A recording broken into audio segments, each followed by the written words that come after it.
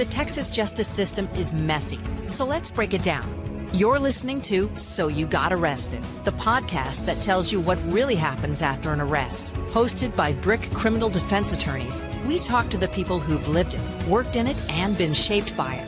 Whether you're facing charges or just want to understand your rights, your options, and the smart moves that could change everything, we've got your back.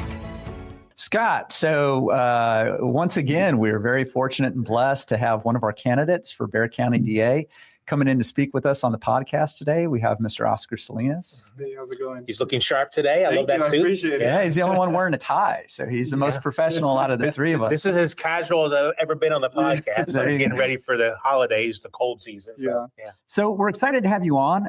If you would, just kind of tell me a little bit about yourself. Where are you from? So originally I'm from Brownsville, Texas. Oh, the Valley. Yeah, awesome. I'm down from the Valley. I still actually have a 956 phone number. Us Valley people keep our 956 phone number. Keeping it real, the 956. Yeah. Moved up to Corpus Christi, where I did my undergrad at A&M Corpus Christi. The Islanders. The Islanders, yes. Law school at the University of Texas School of Law.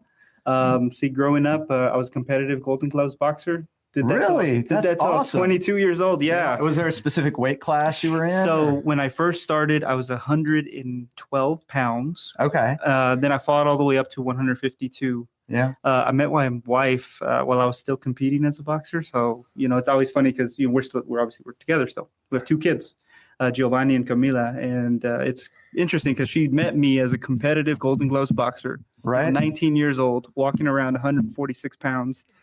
And now she knows me as, prosecutor, an ADA who's not 146 pounds walking around. Was she one of the ring boxing girls there? Yeah. Scott used to be a wrestler in college. To be a wrestler. So similar things about wrestling and boxing. the two of you can duke it out. Yeah. We can see what happens with I'm not a striker. My hands are too delicate. Yeah. It's one of those sports, much like wrestling, that it kind of shapes kind of your outlook on life. And it teaches you a lot of things. And it's helped me along the way through this process, not only through law school, but also my decision, to run. Sure. And how it's impacted me. And so, I went to the University of Texas School of Law. I got out in 2014, applied actually a few different DA's offices because I wanted to be a prosecutor. And the first one that called me back and gave me an interview was Denton County. Okay. So I was up in Denton County for a year. Yeah. Because I guess there were no openings back then here in Bexar County. My cousin, Monica Corrala, was up in Denton. Her and I were there together at the same time. Really? Yeah. Okay. It's a small world. Fantastic. And then she ended up going into defense practice with a man named Tim Powers up there. He had a firm. He still has a firm up there. Yeah. And then so she stayed up there when I moved back down to San Antonio because my wife is from here. And so we were like, well, we want to start a family. And, San Antonio is probably the place to be. And, eventually Monica came down. So it's an interesting kind of, how all that works out. Right. But which DA here in Bexar County hired you? Nico LaHood did. You weren't under suit. I could have sworn you were there. No. I was under Nico. Okay. Yeah. So were you in the office when Scott was in the office? I was. Yeah. Did you ever have a chance to work with Scott, or did we ever try a case together, Scott? No, I don't think we did. But I did go up to him and ask him questions because he was one of the more senior prosecutors out there, and he's always, he's been, with a lot of knowledge and a lot of trial experience. And I wasn't snobby like some of the other veterans. I was always willing to talk to anybody about it. Yeah, that's very true. He, no matter as a misdemeanor or third chair, I'm sure your guests know the distinction there, but he was always willing to help, and I've always appreciated that, Scott. Like you're saying, he was never intimidating to go up to, and he was always very passionate about everything, every case he had. So yeah. So when you were in Denton, over at the DA's office there, how long were you in that position? I was there for a year. And I'm imagining during the time that you were there, you were a misdemeanor prosecutor doing specific types of cases? It was misdemeanors. It was mostly DWIs, few assault cases, and an evading. But we tried, I think I tried about 20 cases up there in the course of a year. The course of a year. Wow. We're going all the time. Yeah. It It was a smaller office than the Bexar County DA's office. Obviously, there were about 50 prosecutors. Our office has about 250, I believe. Yeah, that's right. So it's a much different, type so of Denton was county attorney and district attorney together. They handled both. Yes. Okay. Yes, they were together. Ours. And so at some point you said, because your wife's from Bexar County, you all decided, hey, we're going to go ahead and relocate to Bexar County. Yeah, so it's one of those things. Every Valley kid always wants to come to San Antonio because you see kind of a similarity to the culture. Sure. So ever since I was a kid, I always wanted to be an attorney because my grandma, she used to watch Matlock and Perry Mason. Yeah. And so I used to always watch those things as a little kid because she was the one that would take care of me after school. And, I was the first one in my family to go to college. So, Sure. It's kind of one of those things of, when you're growing up, you're like, oh, is this even possible for me? And, all those things. And, eventually kind of going through undergrad and, I met my wife and she was always very encouraging. And so I decided to take that path and eventually became an attorney and got to UT. And so one of the things that I have to ask you, that's going to affect the way that I treat you the rest of this podcast is you went to A&M Corpus Christi and then you went to UT for law school. So do you root more for the Aggies or for the Longhorns? Longhorns. Okay. That's the right answer. You're going to get a friendly podcast here. And it's There's a reason why our scroll is orange along the. Oh yeah, I see it right there.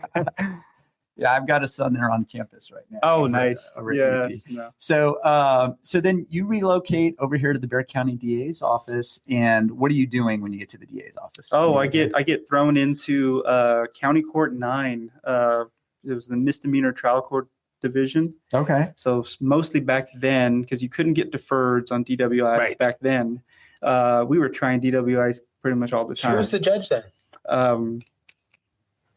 Walton Shelton. Oh, yeah. Sheldon. Okay. Yeah, absolutely. Yeah. And then I got moved to County Court 14 under Judge Susan Skinner. So when you first arrived at the Bexar County DA's office, I mean, you've indicated, look, the Bexar County DA's office is a much larger office. What other differences, were there differences that you noticed between Denton County and Bexar County? Yeah, so I would say the dockets were much different in Denton County versus Bexar County. How so? So in Denton County, you know how in Bexar County, obviously you're familiar with Bexar County, our dockets, especially back then, we had just a lot of cases, and there was an expectation that you could call the jury almost every day of the week, as opposed to Denton County where we had a real understanding of which cases were going to be called to trial weeks out in advance because you couldn't get a jury as often, as opposed to. So do they call it jurors like once a week or just once a month? Twice a month? It was once a week, but up there it was the standard practice to have actual jury trial call settings, right?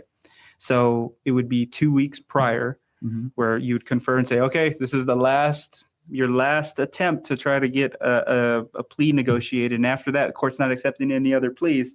So everything worked out on that day.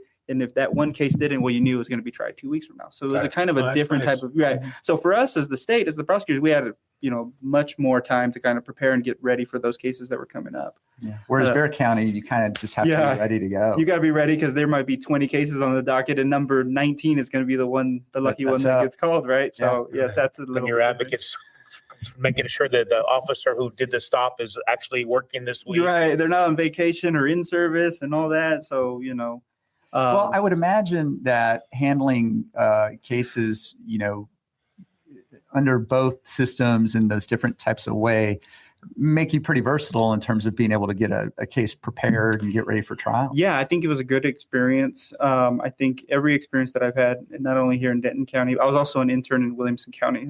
I actually tried my first case in Williamson County. Okay.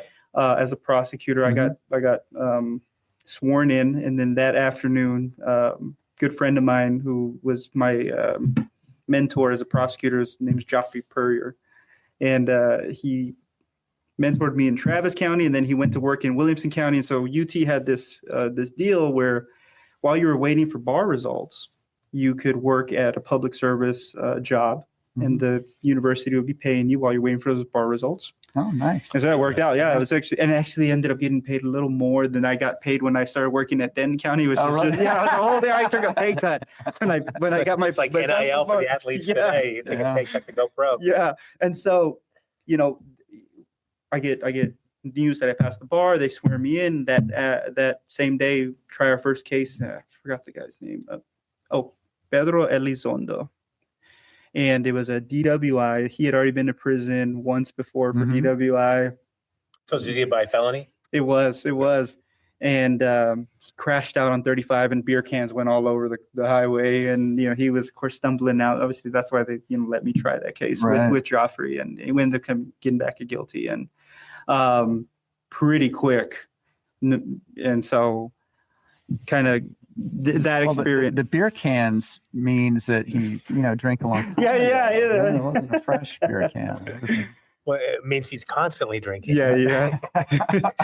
But, it's, I've been at a few different offices, so it's given me kind of a perspective and also across 2 different administrations to take a look at how things are different across different counties. Sure. How different administrations handle different things, different structures, the way things are set up. Yeah. And then also, I think especially, at least it seems, more recently, like, there's more, which is good. The media follows cases much more, and then there's more in the courts, and I think that's helpful so that the general public understands kind of what's going on at the courthouse. Well, you bring up a good point though, because I think the DA, we've discussed this before, is a thankless job in a big city.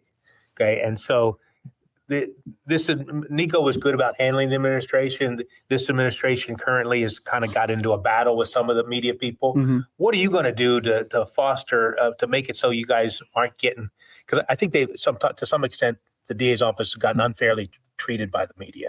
Yeah. So I'll go into kind of when there was all these rumors that Run Hill was going to be the one that was going to run, and there was all that going out there, and then eventually it was like he's not going to do it, and I had some close friends of mine that were like, you got to do it because I think you'd be great at it, and it's something that I had talked about for quite some time. On the 4th floor, there's all those pictures of the DAs, and I look them up, and I'm like, what were the things that they were going through at the time, right?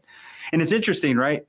And because you can read about all those articles, and they have some even from the 1917s about cattle rustling problem we had in Bexar County, and people were complaining about it, and they're blaming the DA. He's not doing enough, and so what he ends up doing is he tries the case himself, right? Yeah.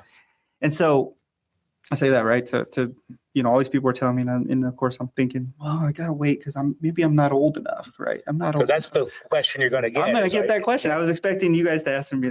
Well, we were about to. Yeah, I bet. I saw the notes. But a lot of people were telling me, and when I was really thinking it over about, okay, what's the next step in my life, and I thought about my grandfather. Mm-hmm. And he used to tell us this story. My cousin and I, he was 16 years old when he crossed the river from Mexico into the United States. And he used to tell us, he's like, I came over with only 2 pants, 2 shirts, and 2 watermelons. Right. And then he goes up to Colorado, does some farming work, and then gets my grandmother eventually. And because of him, that's the reason why I'm sitting here with y'all. Right. Yeah, sure. And so I thought about it, and I was like, there's so many people that are encouraging me to do this. Mm-hmm. And I know I could be good at this. I'm confident in myself. But if I don't do this now, is that me looking at that river and saying, maybe next year, maybe sometime in the future, maybe when I feel ready, and this is kind of the step. And I have much better options than he ever had, right? And so to answer your question, right, about the media, I think a lot of it has to do with us as prosecutors. We need to know that the case that's in front of us, right, we need to make sure that we're doing the right thing on that case. Can we prove it beyond a reasonable doubt? And what is the just outcome? Outside of that, they're all just opinions. And it's okay for people to disagree with what the outcome was of a case. That's perfectly within everybody's right. That's perfectly acceptable with the media's right. The duty that we have is to make sure that justice happens on each and every case, to inform our victims about what's happening, making sure our witnesses know when to show up to court. But we should never be in a position to, well, I don't know if I should dismiss this case because what's the media going to say, or what they're going to say out there, right? And I think it's perfect, if it is me, right? I'm perfectly fine to sit down and have conversations with people about certain decisions. But at the end of the day, I hope that the people understand that I think everyone at the DA's office would function better if we just know that we have, as long as we're doing the right thing on each and every case, what we believe in our hearts of hearts is the right thing, then it's okay. It's okay. Well, and it can be difficult because, especially nowadays with social media, you see a lot of people weighing in on cases that are pending and giving their opinions. And I know one of the things that's frustrating, because, I've had cases I've been involved in that get posted about on social media, and, maybe they're criticizing, the prosecutors or whatever it is. And in my head, I'm thinking, well, wait a minute, these people don't know that, maybe one of the investigators didn't do a very good job, or, maybe one of the witnesses was reluctant, or maybe that lab technician lost something, or whatever it is, but everything's falling squarely on the prosecutor, on the DA's office. Hey, they're not, doing their work.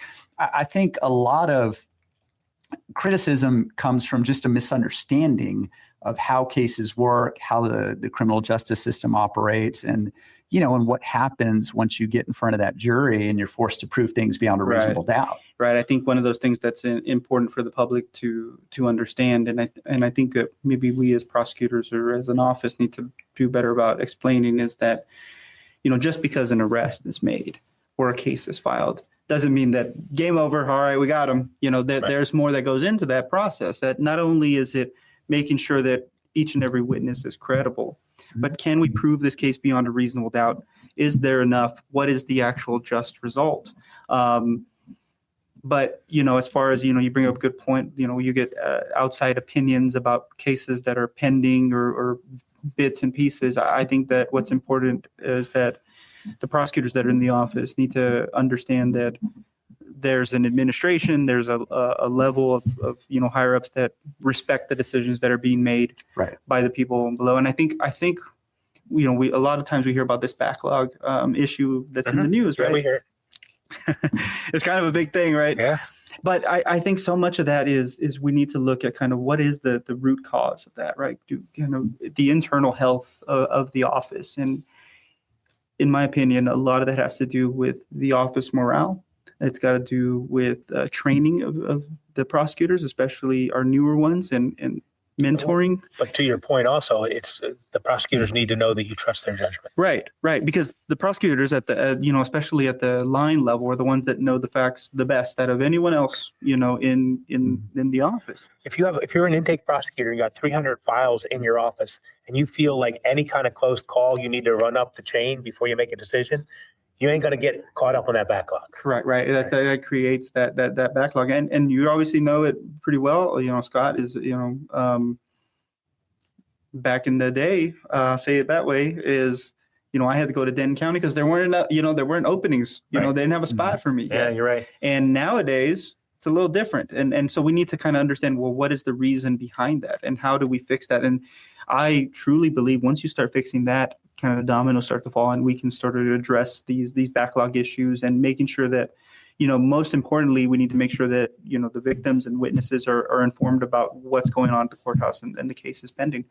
I also think that it would be important for us to add, additional advocates at the office.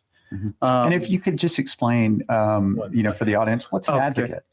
So a victim's advocate is a person at the office or work in a trial team or an intake, and their job is to make sure that they go and contact the witnesses and victims and inform them about settings, let them know about possible resolutions, and keep them engaged throughout the process. We have a lot of advocates in the office. We have great advocates in the office, but we could probably use a few more because of how many cases we have. One of the things that I think is not stated enough, right, is so we're in 2025. And the most recent district court that got added was which one, the 437th? Yeah. Yes, and so we're way overdue. Right. When did that get added? Oh, I can't remember. It was Lloyd Valenzuela got appointed to it. I know that. So that's been about 15 years. Yeah, it's been a while. And so what's the population of San Antonio done in 15 years? Yeah. Well, it's grown a lot. And I guess it's a great place to live. I'm raising 2 kids here. Yeah, I had heard we were supposed to be advocating for 2 new district courts in Bexar County like 2 legislative sessions ago. And then all of a sudden, nothing's happening with it. I don't know what's going on. Yeah. And I think once we start kind of addressing some of those issues, so I go back to what I talked about earlier was when I was kind of thinking about running and people were telling me you should do that. And I go back to the wall of all the DAs and you look at kind of what their issues were.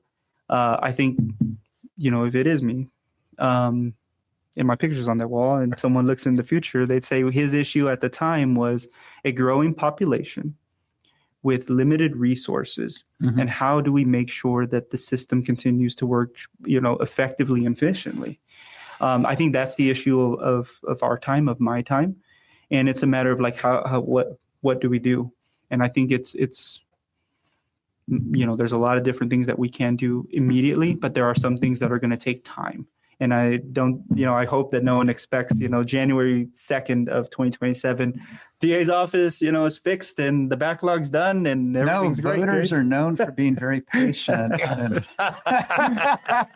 not being unreasonable in their expectations. But It's the interesting thing about, so when we're talking about community expectations, a lot of the people on social media are always saying, give everybody the max, and they're disqualified from sitting on the jury. Yeah. Because they're sitting there in jury selection and saying, well, I would give everybody the max, and then so they can't be on the jury. Yeah. And so that's the problem, the disconnect between the trolls who are always saying all this stuff about let them go, Joe, or something like that, which is ridiculous. Right. And they don't ever show up for jury duty. They just lob hand grenades in from afar. But do you have a specific vision of anything you would remodel or realign in terms of if you were the elected? Oh, man. So I think right off the bat, what we have to do is we have to bring back a training course that every new prosecutor has to go through. And I think we need to communicate with the misdemeanor court judges that, hey, certain days or certain weeks, we need to make sure that we get our prosecutors effectively trained. I think we need to go back to at least some form of maybe sister courts or maybe mini chiefs. Like the sister court idea. This way that there's some sort of. So what is a sister court? Yeah. So right now, what's happening at the DA's office is they have a chief of misdemeanor and a deputy chief of misdemeanor. And so all the DAs in the 12, 14, 12, I think. 12 county courts, they need to run stuff by those two chiefs. So it's just two people that they have to run things by. Right. Okay. So with the sister court system, which we've used in a couple different administrations, each county court is attached to a felony court, and they just need to talk to their higher ups in the sister felony court. Okay. Much more available. So they're more, I guess, supervisors, points of contact, things can be mentoring, more efficient. So the first chair in each district court would maybe they're going to take responsibility for their misdemeanor prosecutors, or maybe they're going to say, you third chair, go check and see how they're doing. And just so people know that the first chair is kind of the lead prosecutor in that court, and then the second chair is the next in line, and then the third chair. Right. Yeah, and I think a lot of those issues when they start getting addressed, and so we get so many new prosecutors coming in, they're not effectively trained. And then we wonder why they're leaving 6 months to a year later, right? And it's because no one wants to come into a job where you got to go into court and you're going to be facing off of a very experienced defense attorney who's just going to Scott Simpson. Yeah, he's going to walk in. And I'm mean to them all the time. Just bullying them. Back in my day, we didn't do it like this. But then after a while, you're like, well, I mean, every day I'm coming in here and I'm getting beat up. I could go and the pay's not the greatest. I mean, again, don't get me wrong. I think the pay is fine. I'm doing fine, but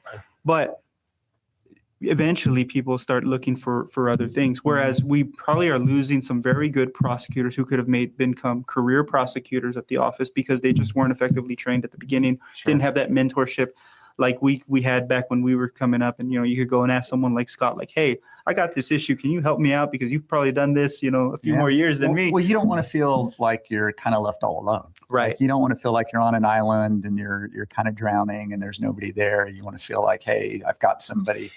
Now, I do think in mentorship, though, when somebody would come to me with a question about a case, I would always want to know what did they want to do with the case. I don't want to just tell them what my opinion is without hearing what their opinion is. Right. And so I think that's the proper way to mentor is so what are you looking to do with the case? And that I've had younger prosecutors who felt like they could prove a DWI. I knew damn well they weren't going to be able to get a guilty on that.